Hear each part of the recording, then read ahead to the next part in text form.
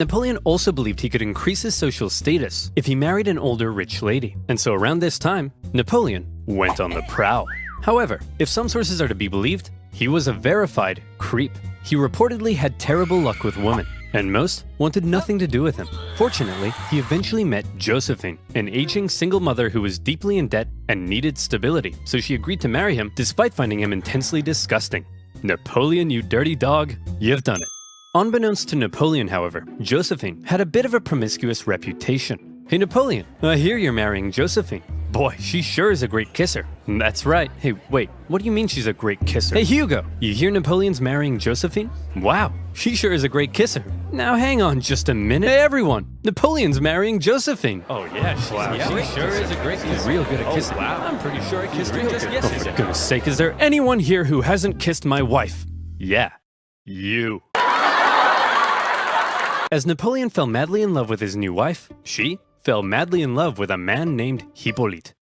First, however, he had a bit of a problem to deal with. See, he had learned something shocking about his dear wife. Really, Josephine? This guy? I'm just as tall as him. I'm sorry, I swear. Now that you're becoming famous, I'll never do it again. Make sure you don't. I've never stooped so low as to cheat on you. Now if you'll excuse me, I'll be in this room consulting my generals for the next 30 minutes. And by consulting, I mean boinking. By my generals, I mean this woman. And by 30 minutes, I mean 2 seconds. Women's rights? Throw them in the trash. Wait, really? And husbands had full legal control over their wives. But they had been fighting for the past 4 years, but now Napoleon and Alexander surprisingly got along like a house on fire. They laughed together, they chatted long into the night, they kissed. The two had a lot of mutual respect, and Napoleon even told his wife that if Alexander were a woman, I would make him my mistress. Kind of a weird thing to say to your wife, Napoleon. Frederick William III was sidelined, and Prussia lost an enormous amount of territory to French client states. Not long after, however, Napoleon and Francis came to another agreement. It was decided that Napoleon would marry Francis's young daughter.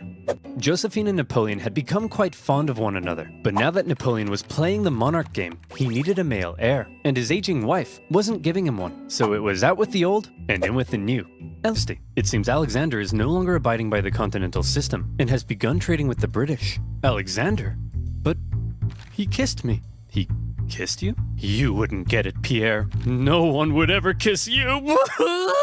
Gathered together the most massive army Europe had ever seen, made up of troops from every corner of his empire, and he prepared to invade. You make more horses. I don't make horses. Then who makes horses? Horses make horses. Explain how. Well, when a daddy horse and a mommy horse love each other very much. Yes, go on. Well, then the daddy horse...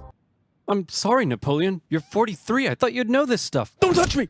I'm gonna be sick. One thing, he learned of the death of his first wife, Josephine, and was deeply saddened. He would reiterate, he was definitely average height for the time.